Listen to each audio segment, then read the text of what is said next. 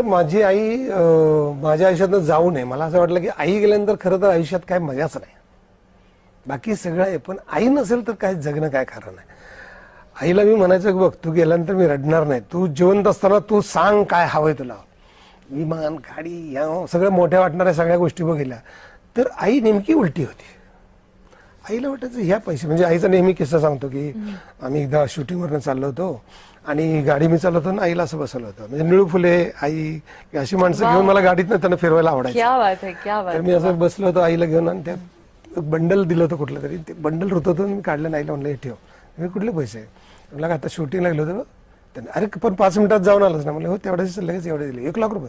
म्हणलं हो, ते नुसतं असं बघायचं होतं. आणि म्हणलं त्यांना काय अक्कल नाही, तुला अक्कल नाही वे, एवढे पैसे कशाला घ्यायचे, काय करायचं हे पैसे घेऊन. 1 डोंगर, 2 डोंगर, 3 डोंगर घेऊन 4 डोंगरावर गाडून घेणारच का स्वतःला. एकाच ठिकाणी कुठेतरी जातो ना आपण. विचार करतो असं कसं विचार करणारी आई आहे माझी. तर एवढे चांगले विचार ती दर ठिकाणी मला तिचा तो अनुभव आलाय की अगदी चेन्नईला आम्ही तिकडे गेलो होतो आणि तिकडे टब बाथ होता आणि त्या टब बाथ मध्ये आंघोळीला गेलो तर आई म्हणजे तिकडे बादली नाही का.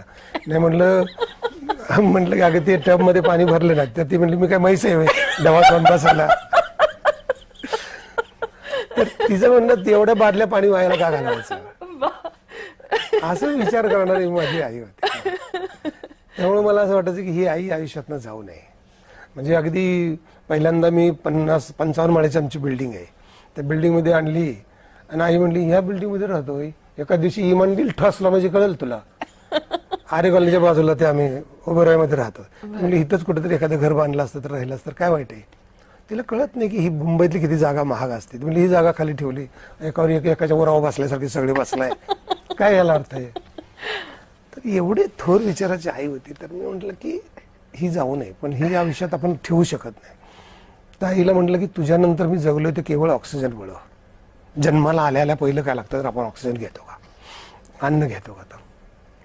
तर म्हटलं आई मी तुझ्या वजना एवढ्या देशी झाडाच्या बिया महाराष्ट्रभर लावतो आणि ती झाडं मोठी होतील, ती झाडं सावली देतील, मग त्या झाडावर पक्षी बसतील, त्या झाडांना फुलं येतील, त्या सुगंधात तो असेल, त्या झाडांना फळं येतील, त्या फळांमध्ये तो दिसेल मला.